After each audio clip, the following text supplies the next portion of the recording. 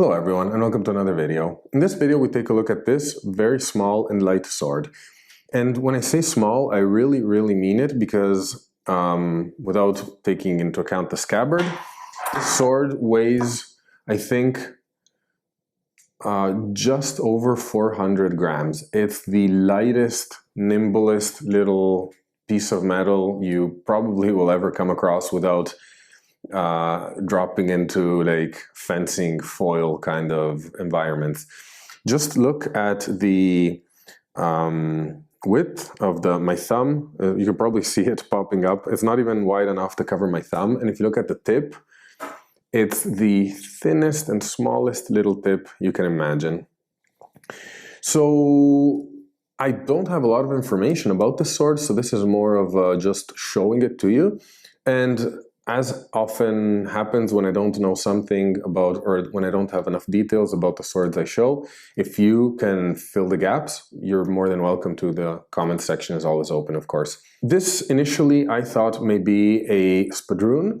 When I bought it, I thought this looked like a unusual variation on a British 1786 version of a spadroon, but kind of more with a little bit of a 1796 bulge in the hilt. But then it's also unusual because the pommel is definitely not a British pommel, it's more French. We'll look at it in detail and we'll talk about it when we look at the sword in more detail. I also, for a moment, thought it may be a fake or modern reproduction, but that does not really work because the blade is heavily corroded and pitted and shows signs of sharpening, not with a power tool. So someone was here with a file, grinding it down to make it sharp. The blade is definitely an old blade. And the scabbard too, by the way, I have to be a little bit careful because it's quite delicate, but it's a leather scabbard and we'll see it in detail in just a moment. But the leather is definitely old and it fits the sword perfectly. So it's an antique sword for sure, but what its function was, why it's so light and so small, I do not know. But let's get into the details and check it out close up. Very well, let's take a look at this super light sword. So as you can see, it's small, but it has a decent sized hilt actually. I'll unsheath it. I have to be very careful because the scabbard is really delicate and is not in the best shape. But since it's complete, I really don't want to damage it if I can avoid it. So I'll start by showing you the scabbard actually. It's a leather scabbard, so it's very floppy. And this is something you should always keep in mind. I've seen many people in a few sword shows and stuff unsheath leather scabbards as if they were removing a sword from a steel one, and then the scabbard just kind of flops down and bends, and you really don't want that to happen when leather is perhaps 200, almost 300 years old. Anyway, we have this brass, kind of the throat of the scabbard, and you'll see here it has this notch, this triangular notch, which I'll show you later fits perfectly in with an element of the sword. It's nicely decorated. It has this very beautiful like button to fix it to a frog, I suppose. And yeah, the leather is starting to be damaged. I hope that isn't red rot, because as far as I know, red rot is really hard to, is perhaps impossible to address really in old leather. This is the spot I'm most concerned about. As you can see, it's starting to crack there. But overall, it's in really beautiful shape. The stitches are all still in perfect shape. And I'm showing you the scabbard because I think it's important when considering my doubts about the authenticity of this sword. I think the scabbard plays into my leaning towards it actually being a true antique. Yeah, we have this brass shape that ends in this circle here, this ball. It might even be gilded. I'm not 100% sure. It looks almost, because now I'm looking at the video, and on video it seems almost like it's gilded, but in reality I would say probably not, but who knows. Anyway, let's carefully put that away. And let's take a look at the sword. So we'll start with the blade, because there's actually not much to say, it's more to see. No markings, nothing that I can make out. It's also in rather pitted condition, you can see. So it has this fuller running from, there's a pretty large ricasso, a pretty long ricasso here. And you have this fuller that runs on an already rather narrow blade and runs about 2/3 of the way up the blade. And this blade gets really thin really fast. Look, like if you take a look at, oh, sorry, there's always some old oil on these blades, but it's so thin and small. This tip is, and I mean, I may have big hands, but I'm not a giant, so this is a very fine tip. It was sharpened, so I actually mentioned that, but I want to show you the file marks. I think they're more visible on this side, yeah.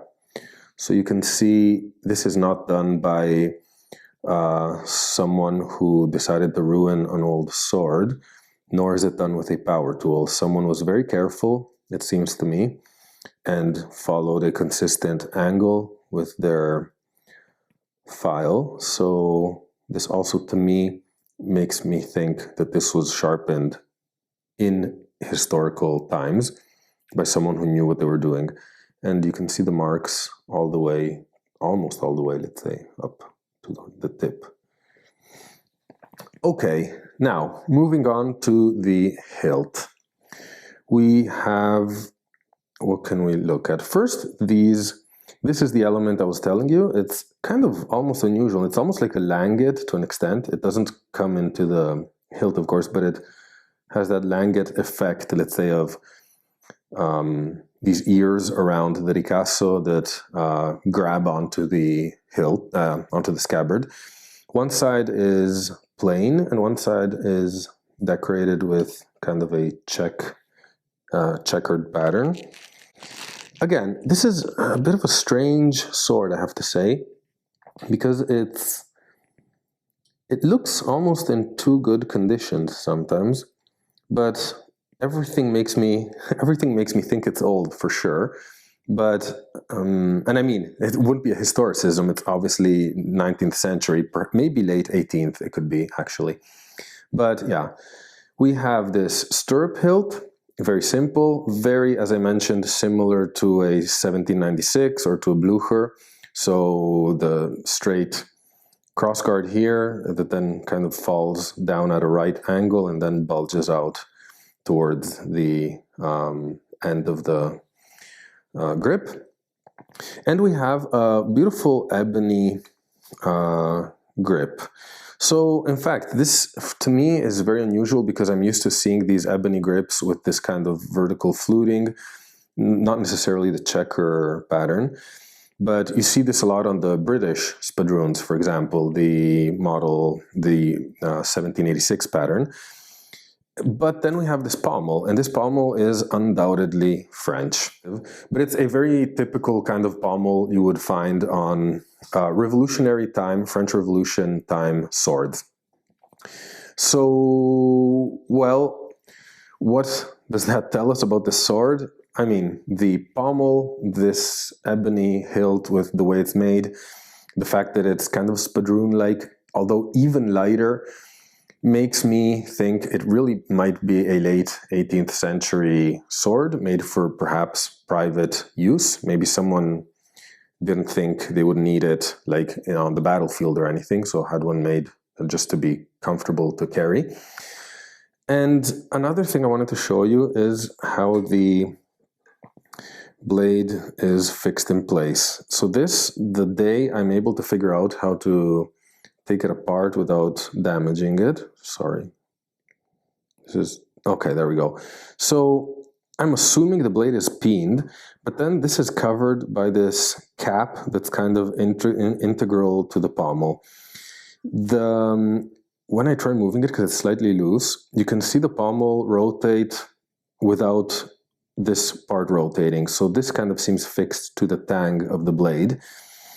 And I can't understand how to take it apart. There must be a way, of course, but I don't want to damage the brass by kind of leveraging under the seam there.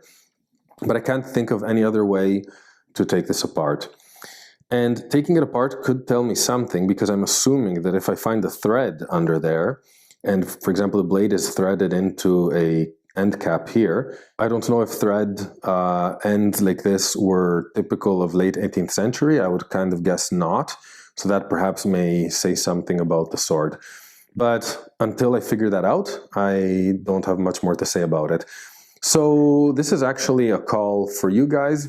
If you know more about the sword, if you've seen this kind of fixing system, if you recognize any part of the sword as something you've seen, please let me know. I'll show you really quickly how snugly it fits into the scabbard, because yeah, this is to me another sign of authenticity, perhaps.